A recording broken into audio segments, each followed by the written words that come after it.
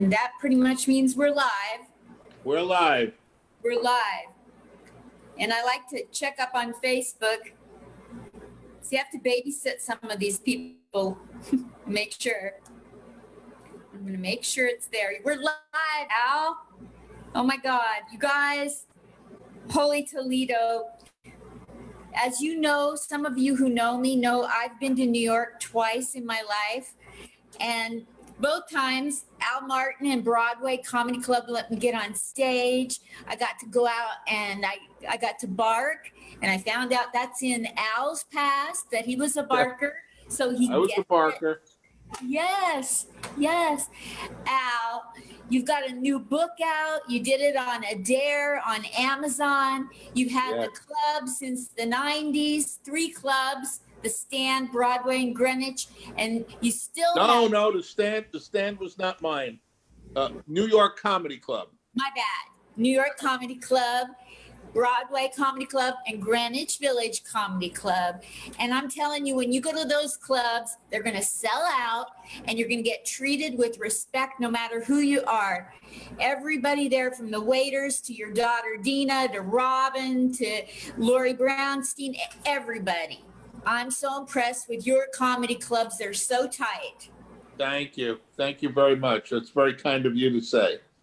So talk to me about your life and get into mistakes comics make, because I think as a club owner, I worked for Harvey's in Portland, Oregon, and I've seen mistakes comics make, and wow. I think it's hilarious material, and you've got a YouTube about it.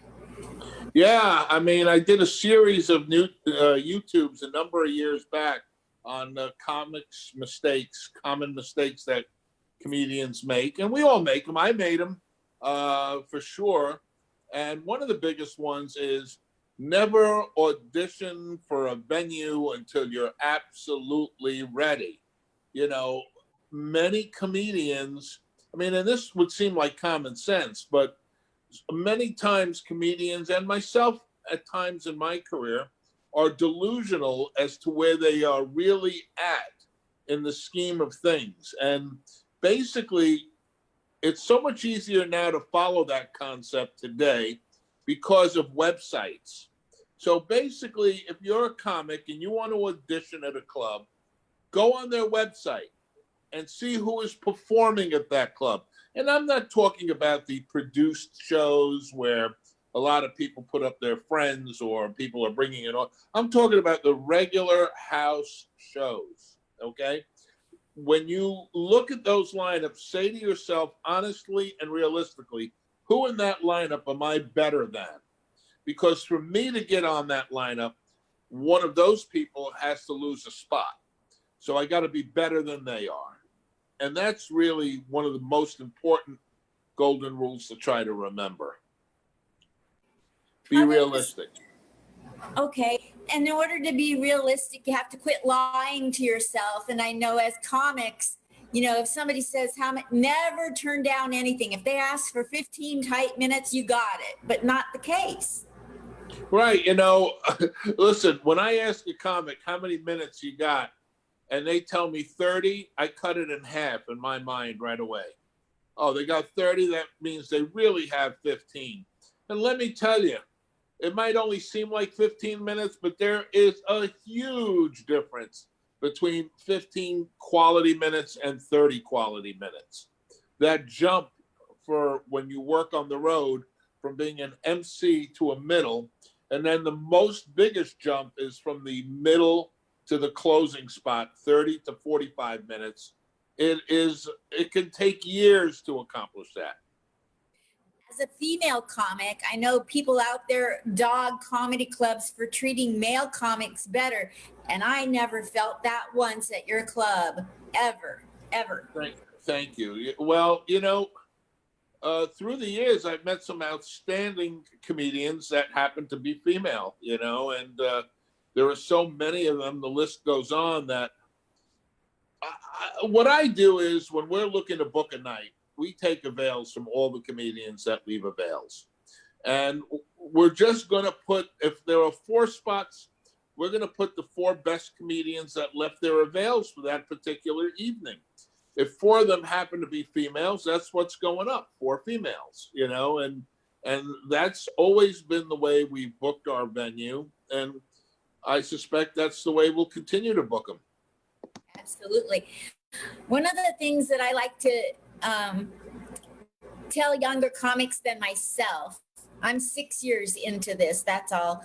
But I like to tell younger comics than myself, go to a club and infiltrate the club and find out what you can do. It's like the Kennedy quote, you know, ask not what your club, don't walk in asking what your club can do for you. Find out what you can do for your club.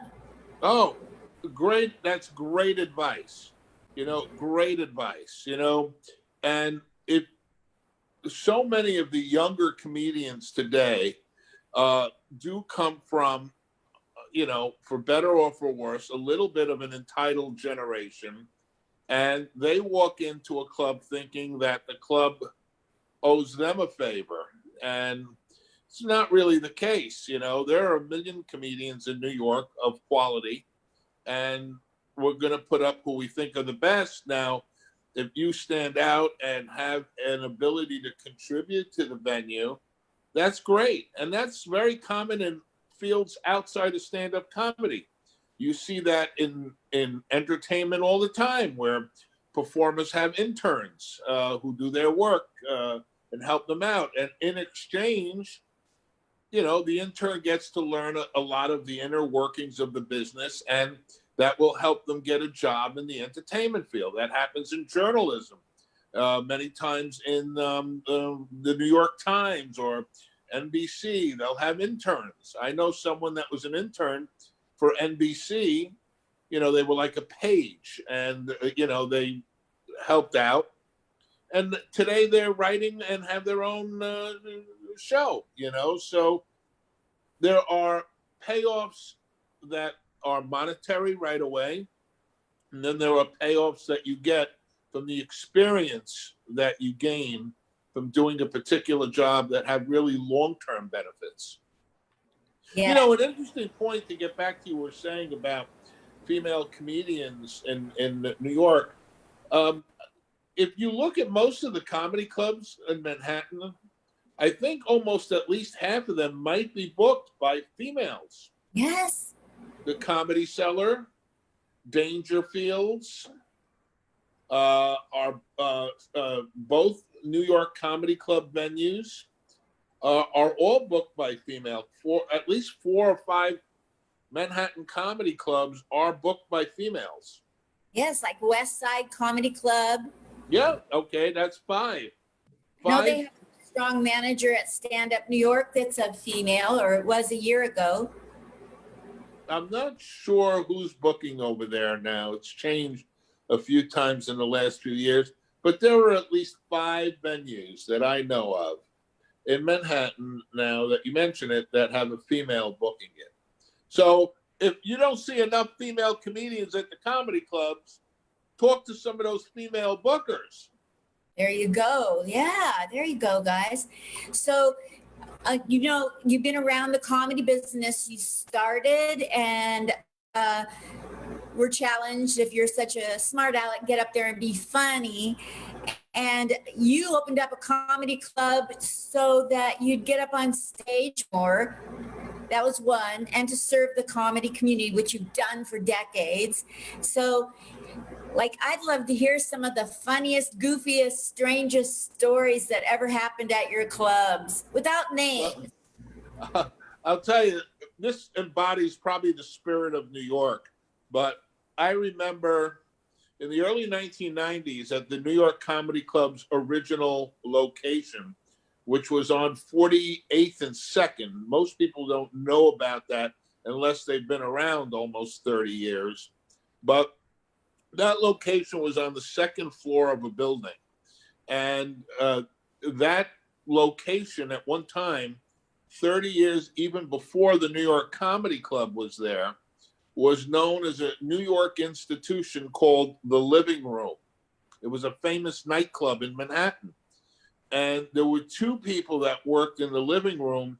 One was a house comedian, and the other was a house musician in their band. The house comedian was Rodney Dangerfield, and the musician in the band was a gentleman by the name of Tony Bavacqua. Both of those guys met at the Living Room, which years later became the New York Comedy Club. But both of those guys in their 20s or 30s wound up opening Dangerfield's Comedy Club a few years later on 1st and 62nd, and it was patterned right after New York Comedy Club, the original one on 48th and 2nd, with the banquet leather tables and the intimate atmosphere and the lighting and the paneled walls, which to this day are still at Dangerfield's. Yes. Now, the one thing is funny that embodies New York, though, about that location is the club was on the second floor. The bathroom was in the basement. So to get down to the bathroom, you had to walk down 2 flights. Well, one night we were going down the stairs to go to the bathroom. And at the bottom of the stairs, there was a drunk customer, I guess, that had passed out from the bar. There was a bar on the first floor that we shared the bathrooms with. And there was a drunk patron just laid out on the floor. And the whole night, people just kept walking over him just to go to the bathroom and never saying a word that this guy was passed out drunk. You know, people just walked all over him. Some people stepped on him, you know, but typical New York, you know. So you have 2 comedy clubs now, Greenwich Village Comedy Club, the Greenwich Village Comedy Club, and the Broadway Comedy Club. Oh my gosh. And I would think that since you gave birth to them, they're like your children. Yes. And so they have personalities different from you, and you love them both equally, I suppose? Yes. What personality Absolutely. does one have from the other?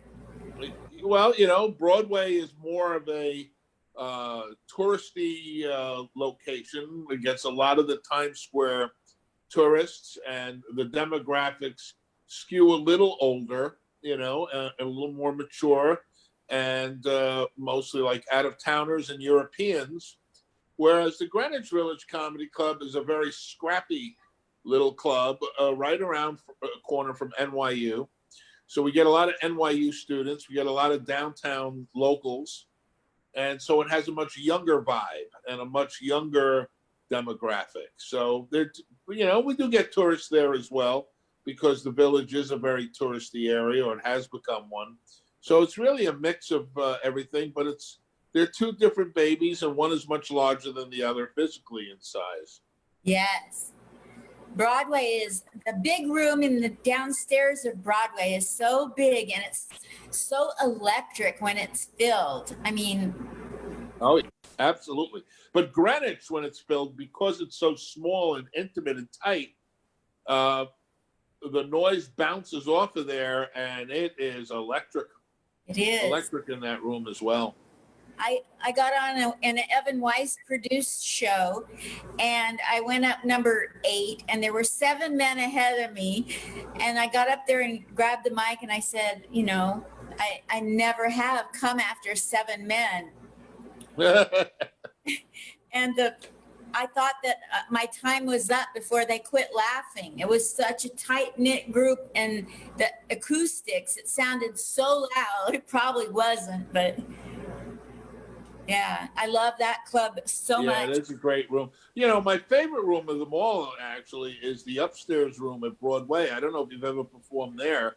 It's about a 75 or 80 seat room. We also do cabaret in there, so it's got a beautiful baby grand piano. And I've always loved that room. You know, that's one of my favorites. I want to. But I'll tell you, when you're in the upstairs room, you're right by the kitchen, and you get some really good food really fast in there. It's so cool. And the crowd is, you know, like it's red curtains and an intimate setting. And yes, from the stage, you can see everybody in the room. I like that for a change. Yes, yes. It is. It's a wonderful room. It's my favorite room of all the 3 unique spaces that I have. Do you have any funny experiences when you were decorating these places or refurbishing them? Um, well, it's very funny when we were refurbishing the original club that I had, the New York Comedy Club. We had found out that the original landlord of that building owned an ice company as his front, but he was involved actually in some, let's say, shady affairs.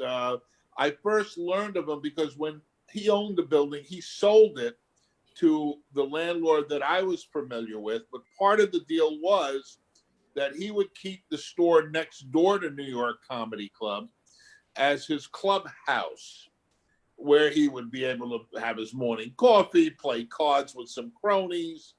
Well, every so often I would go outside just to get some fresh air during the day, and various limousines or cars would pull up in front, come out, and walk over to this old man and kiss his hand, you know? And I started to think, who was this guy really at one time? I later found out the buildings department came in and closed down the original New York Comedy Club because they claimed that the structure in the back was illegally put up. And I found out that the story was that where New York Comedy Club stood in the back of the building, this was over 100-year-old building, was just a backyard. It was a simple, plain backyard. Overnight, they built the structure to cover the backyard, and then they cemented the whole backyard. And I had to wonder what was buried underneath that cement overnight. It was done in such a hurry. Well, a short time later, in the mid-90s, I hired this guy, a new person who had no idea about this story, that the place was, covered in concrete in the still of the night. I hired him, and he went downstairs, and I told him to bring up a case of beer to ice it for the evening. He came up about 5 minutes later, shaking, all wet, and like drenched in sweat and whatever. And I go, "Hey man, what happened to you?" He goes, "If I tell you what happened to me on my first day, you're going to fire me because you're going to think I'm nuts." And I go, no, not at all. So what happened? He goes, "I was downstairs and I was attacked by a guy in jet black hair, slicked back, with a toothpick in his mouth and gold chains and a black shirt and white shoes." He was so descriptive. He was basically describing what you would think would have been a gangster. And he said this gangster ghost attacked him and slobbered all over him. And you would think this guy was nuts if you didn't know the real story, that whole area where this guy was attacked by this ghost was covered up in concrete. So we don't know what was buried under there. And I'm starting to think it was that gangster whose ghost attacked this guy. Not that I ordinarily believe in ghosts, but after that, I started saying maybe there's something to the story, Yes. So that was a crazy story, if you wanted one. I love that. So I want to know about, before we go to, you plugging your book and things going on with COVID in the club,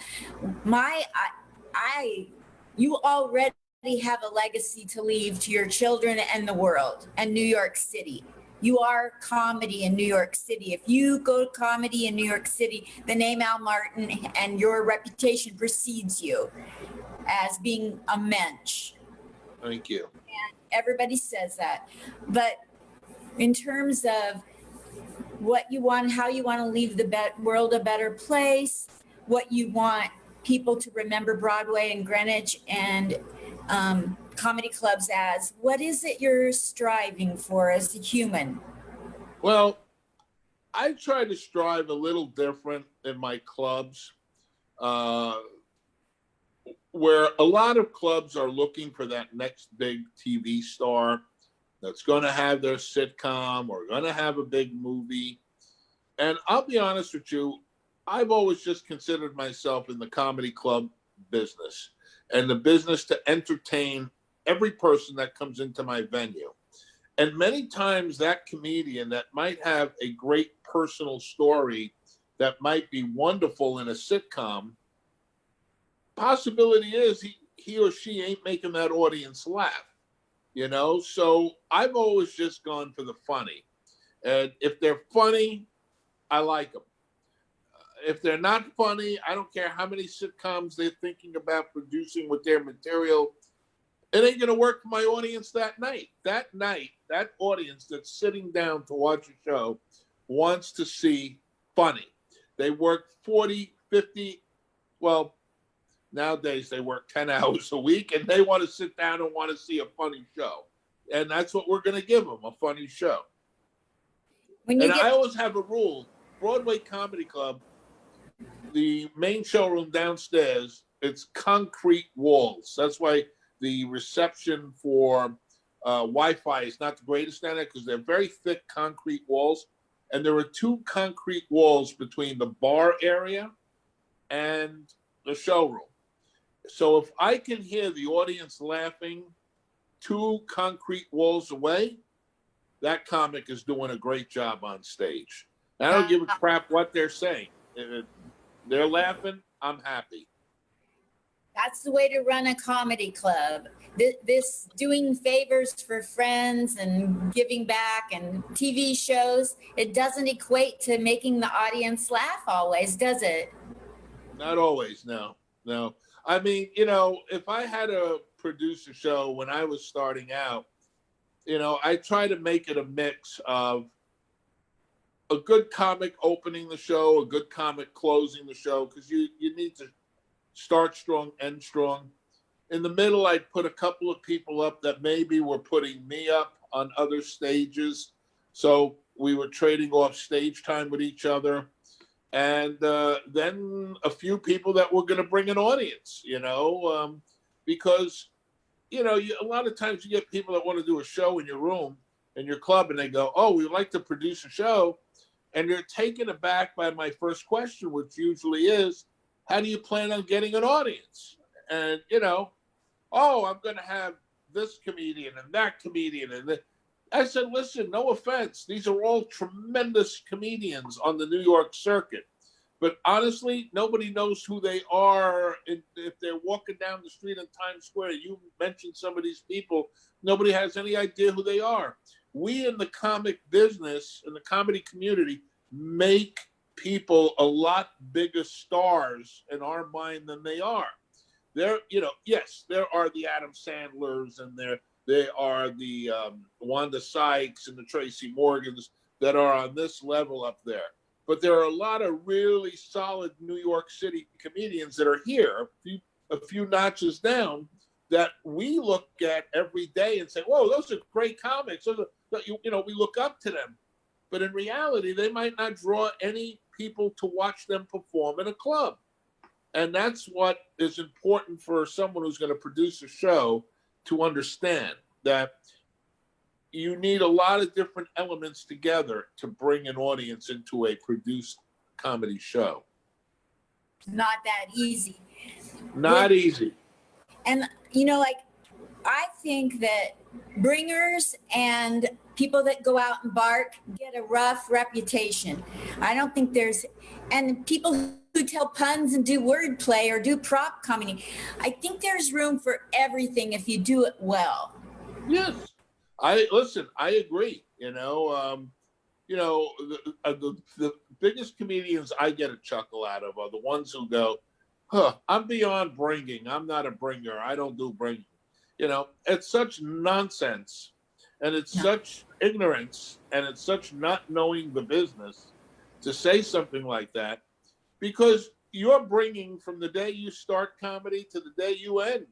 Okay, if you are as great a comedian as Joan Rivers, and you cannot draw people to a casino, you're no longer doing casinos. You'll start doing smaller venues.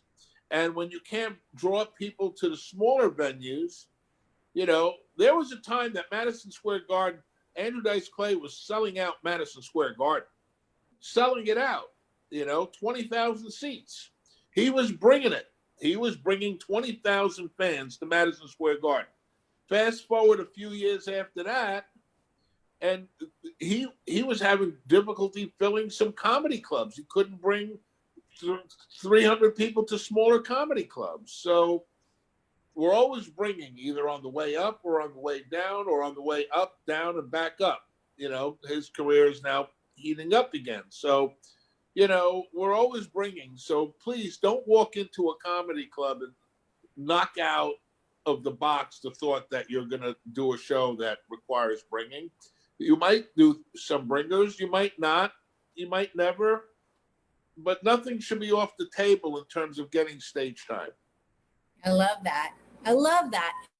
You know, Shang Forbes, he's a comic in the LA area. You know, Shang from NCIS. Oh, yes, sure, Shang. Yes, absolutely. Yeah. He's a hustler, always hustling. That's it. He'll get out on the street and get people in. Right, right. It's not beyond him. And he's a very talented person. But at the end of the day, he knows it's marketing. He knows it's about filling seats. And he does what he has to do. He's a great marketer. And I love it when comics get on their way up as a headliner and a, you know, successful road comic or whatever, and they're still reaching back, helping younger comics. Absolutely. Those are really the truly good ones that give back like that. And you'd be surprised. There are many like that are pretty good. There are. It's so amazing. I did a little bit of comedy at one of Gladys. I'm a Gladys graduate. As if you ever want to graduate. You never do. And Kristen. There are people that I've known Gladys almost since the beginning. And, you know, if you read the book, there was a circuit between New York Comedy Club on 48th and 2nd and one of Gladys's original rooms, which was Cold Waters, located on 2nd and 52nd. Whoa. So the comics would run back and forth between the two rooms, one of them being Jim Gaffigan, but a lot of the ones that went on to success, like Suzanne Westenhofer, but Gladys, you know, in the middle of the night, God knows what's going on and how many people she's talking to and giving career advice to at 3:30 or 4 in the morning while she's doing her laundry, you know? I love Gladys so much. But yeah, Gladys, and, you know, she's gotten so many people to become famous, and that's great. But she's a mentor, you know, she has that mentor ability, and that inspires other people to give back, you know. Right. And, you know, I can't tell you how many times Gladys Simon has benefited me without it being Gladys Simon doing it, her people.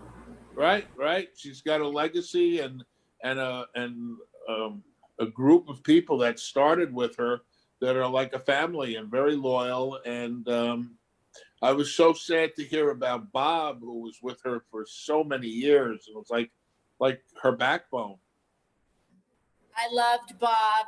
Before I was funny, before I even knew I was funny, he believed in me. I didn't even believe in myself yet.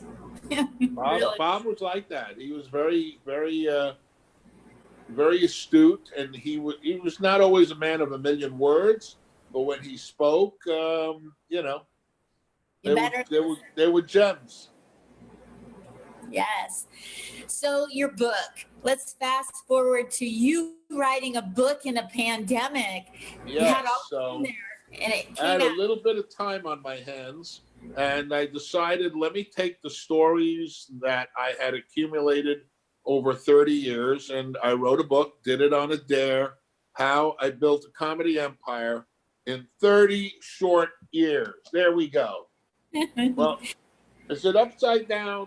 I don't know. I probably never was upside down, and there's a lot of great stories. It starts out in 1989 and goes pretty pretty long way, almost to the beginning. I think actually I might mention the pandemic a little bit in the book. I'm not sure if I did, but it's been quite a journey. Yes. What's the biggest lesson you learned doing this journey? Never think that your life has a definite set plan, because there was a time I thought I was going to go to college, graduate college, go to law school, maybe become a lawyer. But, I just didn't have the attention span to make it all the way to law school. And I barely got out of college, So, I just, then the road was kind of weird. I had a friend who found me through Facebook and then found out I had written a book. He ordered it, bought it. And he said, Al, I always thought you were quite a character and very ambitious, but I was quite impressed the road that your life took, where you really didn't have any experience in comedy or ever thought you would be in comedy, and somehow wound up being in comedy in a big way. So, it was, I sometimes sit in a room and think to myself, if I had to do it all over again, would I know how to do it? Because it was, it was a very unusual road. It was a very different landscape back then, too. There were only like 5 comedy clubs. There was very little barking going on. There was very little new talent shows going on. It was strictly 5 clubs, all doing one show a night, and on the weekends, maybe 2 or 3. And that was it. It was not comedy wasn't as widespread. It hadn't hit even TV yet, or cable, or of course there was no internet, so there was no social media platforms. You couldn't do what we're doing right now when I first started. So it's a journey that, encompassed all the different things that wound up coming through the years, some which I kind of developed myself, and some that were developed by others. What's your favorite policy that you instilled at your clubs? Well, my favorite is the interns. We started with interns probably in the early 1990s. Our interns have gone on to some tremendous things. Basically, they were people that would either help at the club, seat people. In exchange, we would give them a spot on the regular show that night. And there were some established comedians that criticized me for it. They would say things like, how do you put newbies on a show with experienced people? What are you trying to sell to the public? And I wouldn't know why they would be so against it. You would think if anybody would be the customer, but the customer never minded. It was some of the more established comedians that kind of like looked down on it for some reason, and I never really could understand that. But some of these comedians went on to really accomplish great things, and I'm very proud of some of our interns and what they've gone on to do. You want to mention a couple at your yeah, for sure. Gary Greenberg comes to mind. Gary was an intern who is now the head writer on the Jimmy Kimmel Show. Pete Coriali, who used to be our busboy and flip burgers in the kitchen, and went on. He's developed and written a bunch of stuff on TV. He was Jim Brewer's opening act for years. Chris Mazzilli, very early on, and now he owns the Gotham Comedy Club. Not manages it, he owns it, So Mike Bichetti was an intern at one time. Sam Morrell, Adam Glynn, who was on TMZ for years and developed his own game show. So we've had, like I said, a lot of successful people. Katie Hannigan was a intern for us. Yeah, so a lot of successful comedians through the years have interned for us. What a legacy. People want to know, when you're not in your comedic role of running a club and all that goes with that, running 2 clubs, what do you do? What are some of your personal interests nobody would ever know that you like, that you can talk about? I'm a degenerate gambler. I like, no, I'm not, I don't do it for big money, but I love to play poker. That's a hobby of mine. Haven't gotten to do it in a while now with the pandemic, but I do like to play poker. I love to go to the racetrack and play the ponies. Try to hand to me. There's nothing more fun than, getting 9 horses in a race, studying the pedigree, studying everything, and trying to pick a winner. I love my Yankees. Unfortunately, that's another thing I don't think I'm going to see this year, baseball. And when they have a good team, I love the Knicks, but I haven't enjoyed the Knicks in many years. It's been a train wreck. Yes, absolutely. My dad was a gambler. Oh, was he? Okay. He survived the Holocaust, so I guess he thought that he could gamble some more. And he made it through that, and he would justify, and he wouldn't tell the truth to my mom. He would say he always broke even, but on a bad day, breaking even meant I'd come home to an empty house. He had to sell all the furniture. I've always found breaking even is the best answer.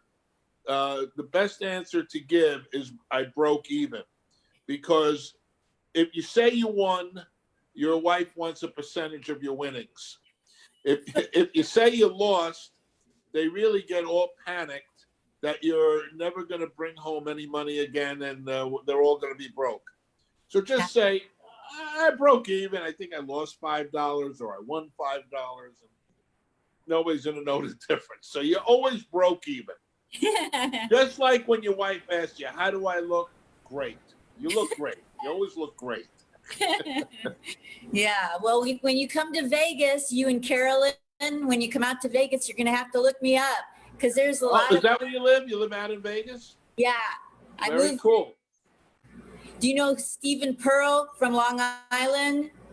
I don't. Tour with Rob and Williams and Kinnison. There was a person I knew in Vegas who was booking rooms for years. Winston was her name. I don't know if she's still around. What's her name? Her first name was Winston. I can't remember her last name. I think she used to book Catch a Rising Star. And you know Michelle LaFong at all? Michelle LaFong? She has a show on the Strip and does an entertainment show out in Vegas. You know Mark Cohen? Mark Cohen? I don't. I know the name. I never met him, but he's a Facebook friend. Oh, is he? Yes. Mark Cohen, very funny guy. I think he might be the house MC at the Comedy Cellar room in Vegas. Because he was a New York comic back in the day when I first started running clubs. Oh, so I came out here for a birthday party and I got to meet Harry Basil and all his people. And what am I doing in Portland, Oregon? And I came out here. Doesn't he run, does Basil run the Laugh Factory in Vegas? He does. Yeah. Very nice. Great room from what I hear. What? Great room. That's a great room from what I hear. It is. Yeah. A good friend of mine, who I just did his podcast not long ago, Wheels Parisi, spent many years in Vegas. Do you know him?